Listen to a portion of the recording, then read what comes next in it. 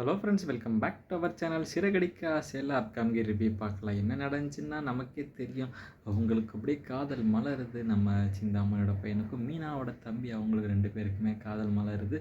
சத்யா பாவம் வீட்டில் அது இதுன்னு நினைப்பாங்க. ஆனால் முத்து மீனா வந்து சொல்லிட்டாங்களா, ஏன்னா அவங்க வச்சு தான் வீடே அவங்க முடிவெடுக்கிறது தான். சரி, அவங்க ஓகேனால மாமா ஓகேன்ட்டாரு, நம்மளும் ஓகே சொல்லிடலாம் அப்படின்னு சொல்லி வந்து சத்யாவும் ஓகேன்னு சொல்லிட்டாரு. இதுக்கப்புறம் தான் கதையே, இவங்கள வச்சு தான் கதையே போகுது.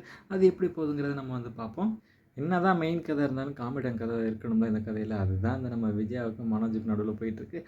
பொண்ணு பார்க்குறேன் அப்படின்ற மாதிரி போகிறாங்களா, போயிட்டு அங்கே போயிட்டு பெரிய காமெடி ஒன்று கூத்து நடந்துருது. அங்கே பொண்ணு பார்க்குறது எல்லா இடத்துக்கு போகிறப்போ, நீங்கள் விஜயா தானே, உங்களையுமே பார்த்த மாதிரி இருக்கும், உங்கள் அப்பா பேர் என்ன அம்மா பேர் என்ன எல்லாம் கேட்டுட்டு இதெல்லாம் சொல்லி அப்புறம் பாவங்க அவங்களாம் மனசு உடஞ்சி போய் இந்த மாதிரிலாம் கொண்டு வந்துட்டு, அது நீ தங்கச்சி முறை வேணும் அந்த முறை வேணும்னு சொல்லி அப்படியே மனசு உடைச்சிட்டு வீட்டில் அப்படியே சோகமாக வராங்க. என்ன பொண்ணு பார்க்க போனி என்னாச்சு அப்படின்னு கேட்குறப்ப, அது வந்து அப்படின்றாங்க. என்னடா வச்சு சொல்லடா மனோஜ் அப்படின்னு கேட்குறப்ப, அது வந்து எனக்கு தங்கச்சி முறையான்ப்பா அப்படின்னோடனே எல்லாருமே கடந்து சிரிக்கிறாங்க. என்னடா தங்கச்சியை பொண்ணு பார்க்க போய் இந்த பொண்ணு தான் பொண்ணு பாரு ஃபோட்டோ கூட அப்படின்னு சொல்லி இது பண்ணிட்டுனியாடா அப்படிங்கிற மாதிரி காமெடி பண்ணிட்டு இருக்காங்களா.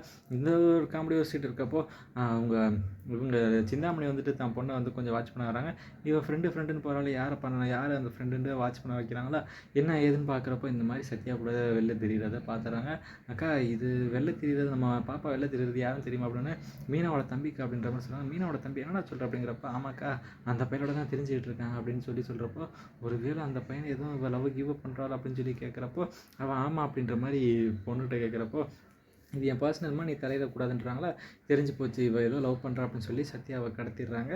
கடத்தி கூட்டிகிட்டு போய் ஒரு இடத்துல வச்சு மிரட்டுறாங்க. இந்த மாதிரி உனக்கு பணக்கார பொண்ணு தான் கேட்குதா, அது ஏமாக கேட்குதா அப்படின்ற மாதிரி வந்து ரொம்ப பேசி அடின்னு அடிச்சிடறாங்களா. இந்த விஷயம்லாம் தெரிய வருது முத்துமீனாக்கு தெரிய வந்து. இந்த விஷயம் முதல்ல இவங்களுக்கு தெரிய வருது, சிந்தாமணியோட பொண்ணுக்கு தெரிய வந்து. ஏன் மம்மி இந்த மாதிரி பண்ண, நீ இப்படிப்பட்ட ஆளா அப்படின்னு சொல்லி தெரிய வந்து இவங்க 2 பேருக்குள்ள பெரிய சண்டை வந்துட்டு, நான் கூட பேசவே மாட்டேன் அப்படின்னு சொல்லிட்டு அவங்க அப்பா கிட்டே போயிடறாங்க. நம்பர்லாம் பிளாக் பண்ணிடுறாங்க. ஐயோ கண்ணு, நான் உனக்காக தான் கண்ணு பண்ணேன் அப்படிங்கிறப்போ, எனக்காக நீ இப்படி பண்ணிட்டல, நான் பார்த்துக்கிறேன் அப்படின்ற மாதிரி அவங்கள்ட்ட போயிடறாங்க. எப்படியோ காப்பாற்றி கூட்டு வந்துடுறாங்க சத்யாவை. நான் இதனால தான் அப்பயே சொன்னேன் மீன் அப்படியே அழுகுறாங்க. வேணாண்டான்னு தெரியாமல் பண்ணிட்டியடா அப்படின்னு சொல்லி ரொம்ப ஃபீல் பண்ணுறாங்களா. ஃபீல் பண்ணிட்டு இருக்கப்போ அந்த பொண்ணே வந்து இந்த மாதிரி பார்த்து, சத்யா ரியலி சாரி சத்யா, இந்த மாதிரி நடக்கும்னு நினச்சி பார்க்கல, எங்கள் மம்மி இந்த அளவுக்கு போவாங்கன்னு தெரியல அப்படின்ற மாதிரி சொல்கிறப்போ, உங்கள் அம்மா நீ வந்து சிந்தாமணியோட பொண்ணு எனக்கு தெரியாமல் போயிடுச்சுமா, தெரிஞ்சுதான் நான் வேணான்னு சொல்லியிருக்கேன் அப்படின்ற மாதிரி முத்து சொல்கிறாங்க. என்ன சொல்கிறீங்க அப்படின்னு கேட்குறப்போ, உங்கள் அம்மா என் ஒய்ஃபுக்கு என்னெல்லாம் பண்ணியிருக்காங்க தெரியுமா அப்படின்ற மாதிரி முத்து இருக்கிற விஷயம் சொல்கிறாங்க. இவ்வளோதையும் என் மம்மி பண்ணியிருக்காங்களா, என்ன என்னால் நம்பவே முடியலை அப்படின்ற மாதிரி வந்து சொல்கிறாங்களா. அவங்க அம்மா பற்றி எல்லா விஷயமும் தெரிஞ்சுக்கிறாங்க. இந்த மாதிரி பண்ணியிருக்காண்டு என் மம்மி இவ்வளோ இருப்பாங்கன்னு நான் நினச்சி கூட பார்க்கல. ரியலி சாரி சத்யா, இனிமேட்டு எங்கள் அம்மா எனக்கு சம்மந்தமே இல்லை அப்படின்ற மாதிரி சொல்லி, நான் இனிமேட்டு உன் கூட தான் இருக்க போகிறேன், இவங்க கூட இருக்கிற மாதிரி ஒரு கதை வரப்போது. அது எப்படி இந்த மாதிரி போனால் நல்லாயிருக்கும். ஓகே, அது எப்படி போகுதுங்கிறத நம்ம பொறுத்து இருந்து பார்க்கலாம். அந்த வீடியோ பிடிச்சா மறக்காமல் லைக் பண்ணி ஷேர் பண்ணி சப்ஸ்கிரைப் பண்ணிடுங்க. Thank you friends.